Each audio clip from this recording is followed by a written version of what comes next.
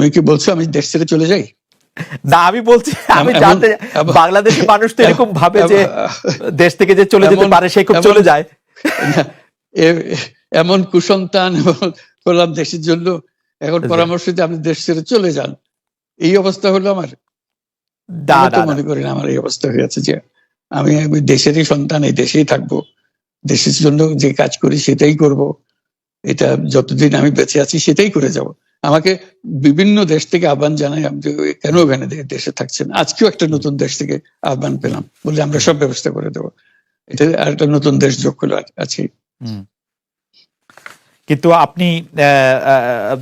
আপনি বাংলাদেশেই থাকতে চান, এবং আমাদের কাছে যেটি মানে আমরা সাংবাদিক হিসেবে আপনাকে প্রশ্ন করতেই হয়, আপনি দেখেছেন যে আপনার প্রতিষ্ঠিত গ্রামীণ ব্যাংকের একটি সংবাদ সম্মেলন হয়েছে, সেই গ্রামীণ ব্যাংকের সংবাদ সম্মেলন থেকে আপনার বিরুদ্ধে যে অভিযোগ করা হয়েছে সেই অভিযোগ মানি লন্ডারিং এর। সেই অভিযোগের ক্ষেত্রে বলা হয়েছে আমি সবচেয়ে ডাকু বাংলাদেশে, সবচেয়ে বড় ডাকাত এদেশে, কাজে সেই হিসেবে সবাইকে জানান দেওয়া হচ্ছে, সেই হিসাবে আমি পরিচিত হয়েছি। আমি সবচেয়ে বড় ডাকাত, আমি সবচেয়ে সাংঘাতিক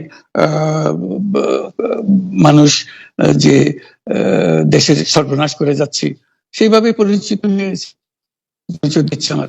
আপনি আমাদের একটু বলবেন যে আপনি বাংলাদেশের জন্য বা আপনার পরবর্তী লক্ষ্যগুলি কি সারা পৃথিবীর জন্য? আপনি তো শুধু বাংলাদেশ নিয়ে ভাবেন না, যে আপনি আসলে কি করতে চান বা কেমন দুনিয়া চান বা কেমন বাংলাদেশ চান, সেটা আপনার কি লক্ষ্য এই মুহূর্তে? ওই যে বললাম যে এটাই হলো আমাদের স্বপ্নের বীজতলা, যেগুলো আমাদের স্বপ্নগুলো একটা একটা দাসে একটা নতুন আইডিয়া আসে, সেটা একটা বীজতলা। এটা আমরা ট্রাই করে দেখি, একটা ছোট আকারে করি, এটা সফল হলে একটু বড় আকারে করি, এটা বাংলাদেশি করি। একবার সফল হলে সারা দুনিয়া এটা লুফে নেয় দেওয়ার জন্য, সারা দুনিয়ার লোক এখানে আসে, আমাদের লোককে নিয়ে যায়, সেভাবে কাজকর্ম করছি। এটা আমরা একটা থাকছি বাংলাদেশে, করছি বাংলাদেশে, কিন্তু সারা দুনিয়ার লক্ষ্য আমাদের দিকে, আমরা কি করছি, কি চিন্তা করছি, কিভাবে এগুলো পরিচালনা করছি।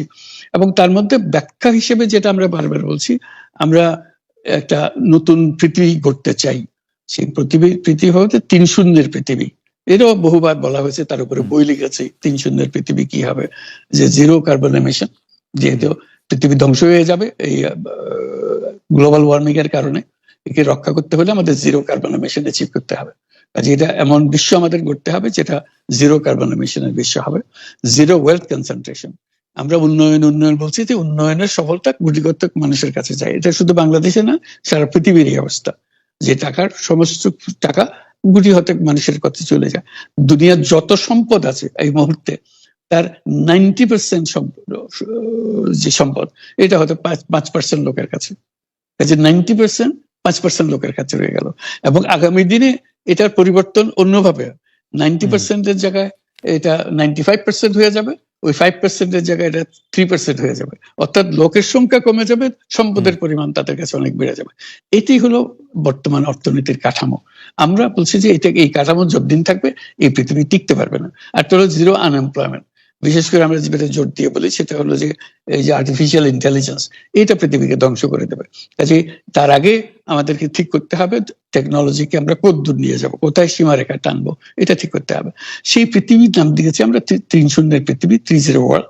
এই আমরা একটা পৃথিবী গড়তে চাই যেখানে এই যে 0 ওয়েলথ কনসেন্ট্রেশন, 0 আনএমপ্লয়মেন্ট এবং 0 ওয়েলথ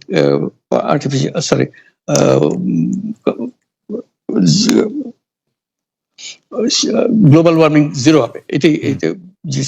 এই 3টা 0-র মধ্যে আমরা থাকবো। তো সেটা বিভিন্ন দেশে এটা পর্যালোচনা বৈঠক হচ্ছে, বিভিন্ন বিশ্ববিদ্যালয়ে সেটা নিয়ে আলোচনা হচ্ছে, আমাদেরকে আমন্ত্রণ জানাচ্ছে, আমরা সেগুলো বিশ্বকে বোঝানোর চেষ্টা করছি। এটার বড় নিয়ামক হবে সোশ্যাল বিজনেস। এই সোশ্যাল বিজনেসের মাধ্যমে এগুলো করা যাবে। সোশ্যাল বিজনেস সঙ্গে আসছে, সোশ্যাল বিজনেস এবং কত জায়গা থেকে কত ভিন্নভাবে এগুলো প্রসার করা হবে, সেটা আমাদের উপর আমাদের দায়িত্ব হয়। আমরা এগুলো ব্যাখ্যা করি, আমাদেরকে বিভিন্ন বিশ্ববিদ্যালয়ের মারফতে হয়। 107টা বিশ্ববিদ্যালয়ের এখন সোশ্যাল বিজনেস সেন্টার আছে। এটার নাম হলো সাধারণত ইউনুস সোশ্যাল বিজনেস সেন্টার নামে পরিচিত হয়। নিত্য নতুন বিশ্ববিদ্যালয়ের সঙ্গে যুক্ত হচ্ছে। সর্বশেষ যেটা কিছুদিন আগে আমরা পত্রিকায় দিয়েছিলাম, যে finance university of Russia, finance university Moscow, তারা বলছে যে আমরা এখানে ইউনুস সোশ্যাল বিজনেস সেন্টার করবো। এবং আপনাকে একটা দায়িত্ব দেব, একটা ইন্টারন্যাশনাল অ্যাডভাইজারি কমিটি আমাদেরকে বানিয়ে দেবেন এবং আপনি সারাক্ষণ এটা তদারকি করবেন। সেটা এই সপ্তাহের মধ্যে আরেকটা বৈঠক হবে, তাদের সঙ্গে জুম মিটিং হবে যে তারা অগ্রসর হচ্ছে। অর্থাৎ এটার গতি শুধু সীমাবদ্ধ কোনো বিশেষ ধরনের কাজে না।